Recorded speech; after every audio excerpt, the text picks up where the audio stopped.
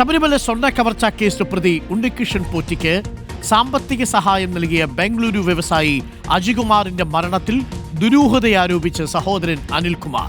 Reporter breaking. Covid ബാധിച്ച അജികുമാറിനെ ആശുപത്രിയിൽ പ്രവേശിപ്പിച്ചത് ഉണ്ണികൃഷ്ണൻ പോറ്റിയും വാസുദേവനുമാണ്. 10 ദിവസങ്ങൾക്ക് ശേഷം അജികുമാർ ഹൃദയാഘാതം മൂലം മരിച്ചു എന്നറിയിച്ചത് വാസുദേവനാണ്. ബന്ധുക്കൾക്ക് ആശുപത്രിയിൽ പ്രവേശനമുണ്ടായിരുന്നില്ലെന്നും അനിൽകുമാർ ആരോപിക്കുന്നു. ലിബി സജീന്ദ്രനുണ്ട് സഹോദരനോടൊപ്പം.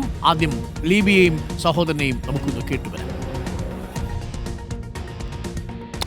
ലിബി, സഹോദരന്റെ പ്രതികരണത്തിൽ വളരെ കൃത്യമായി പറയുന്നുണ്ടോ ഇതിൽ ഒരു ദുരൂഹതയുണ്ട് എന്നുള്ളത്?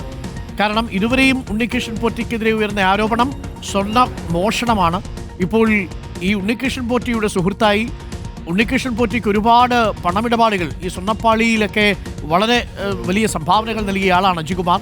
ആ അജികുമാറിന്റെ മരണത്തിൽ എന്തുകൊണ്ടാണ് സഹോദരൻ ദുരൂഹത ആരോപിക്കുന്നത്, സംശയിക്കുന്നത്? ഡോക്ടർ, നേരത്തെ തന്നെ അജികുമാറിന്റെ സഹോദരൻ അനിൽകുമാർ ഈ ആരോപണം ഉന്നയിച്ചിരുന്നതായിരുന്നു. അദ്ദേഹത്തിനൊരു സംശയമുണ്ട് എന്ന് നേരത്തെ പറഞ്ഞിരുന്നു. ഇപ്പോഴും അദ്ദേഹം ആ ആരോപണത്തിൽ ഉറച്ചു നിൽക്കുകയാണ്. അല്ലെങ്കിൽ കുറച്ചുകൂടി കടുപ്പിച്ചുകൊണ്ട് ആ ആരോപണത്തിൽ ദുരൂഹതയുണ്ട്, അല്ലെങ്കിൽ ഈ ഒരു സംഭവത്തിൽ ദുരൂഹതയുണ്ട്, അജികുമാറിന്റെ മരണത്തിൽ വലിയ ആശങ്കയുണ്ട് എന്ന് തന്നെ പറയുകയാണ്. അനിൽകുമാറാണ് നമുക്കിപ്പോൾ ഉള്ളത്. നമ്മളിപ്പോൾ നിൽക്കുന്നത് പെരളിമറ്റം, ഇവരുടെ അജികുമാറിന്റെ നാടാണ്. മൂവാറ്റുപുഴയ്ക്കും തൊടുപുഴയ്ക്കും ഇടയ്ക്കുള്ള പെരളിമറ്റം. ഇവിടുത്തെ നമ്മൾ ഈ കാണുന്ന ഇവരുടെ കുടുംബക്ഷേത്രം, ഈ സർപ്പക്കാവ്, ഇവിടെയാണ് വന്ന് ആ വിഗ്രഹം, അന്ന് ദ്വാരപാലക വിഗ്രഹം കൊണ്ട് പൂജിച്ച സ്ഥലത്താണ് നമ്മൾ നിൽക്കുന്നത്. അനിൽ നേരത്തെ തന്നെ ഒരു സംശയം പറഞ്ഞിരുന്നു.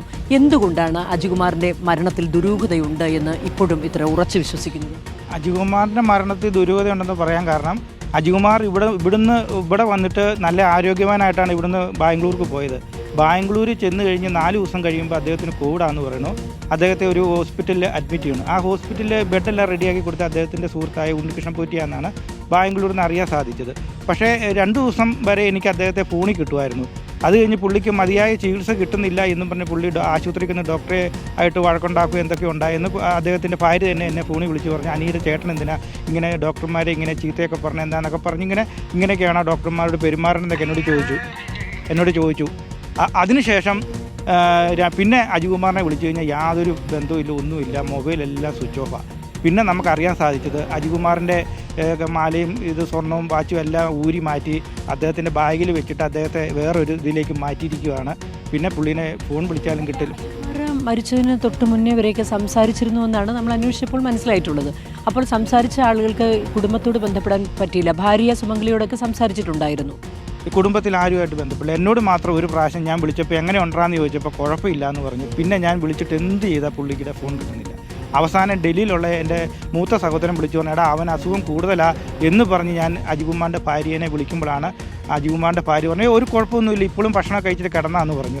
അപ്പോഴും ഞാൻ പറഞ്ഞു, ചേച്ചി ഇങ്ങനെ ചേട്ടൻ വിളിച്ചു പറഞ്ഞല്ലോ അജികുമാറിന് കൂടുതലാണല്ലോ എന്ന് പറഞ്ഞിട്ടും അവർ അതിനെപ്പറ്റി ഒന്നും പറഞ്ഞില്ല. പക്ഷേ രാത്രി ഒരു 12:45 കൂടി അദ്ദേഹത്തിൻ്റെ അളിയനായ വാസുദേവൻ വിളിച്ചു പറഞ്ഞു, അജികുമാർ അറ്റാക്ക്. ഈ വാസുദേവൻ എന്ന് പറഞ്ഞാൽ ഇപ്പോൾ ഈ കുറ്റാരോപിതനായ ആള് ഈ സ്വർണ്ണപ്പാളി വിവാദവുമായി ബന്ധപ്പെട്ട് അജികുമാറിൻ്റെ സ്വന്തം അളിയനല്ല, വകയിലളിയൻ ഈ വാസുദേവൻ വിളിച്ചു പറഞ്ഞു, അജികുമാർ മരിച്ചുപോയി, അറ്റാക്കാന്ന് പറഞ്ഞു. അപ്പോൾ ഒരാൾ മരിച്ചു കഴിഞ്ഞാൽ പോസ്റ്റ്മോർട്ടം നടത്താതെ എങ്ങനെ അയാളുടെ മരണകാരണം അറിയണം? അതാണ് എൻ്റെ ഒന്നാമത്തെ സംശയം. രണ്ടാമത് ഡോക്ടർക്ക് വേണേൽ പറയാം അറ്റാക്ക് മൂലമെന്ന് പറയാം, എന്നാലും മരണകാരണം നമുക്ക് അറിയണമെങ്കിൽ പോസ്റ്റ്മോർട്ടം ചെയ്യണം. പോസ്റ്റ്മോർട്ടം ചെയ്യണ അന്നത്തെ സാഹചര്യത്തിൽ കോവിഡുള്ള സമയത്ത് പോസ്റ്റ്മോർട്ടം ചെയ്യാൻ പറ്റുമല്ലോ.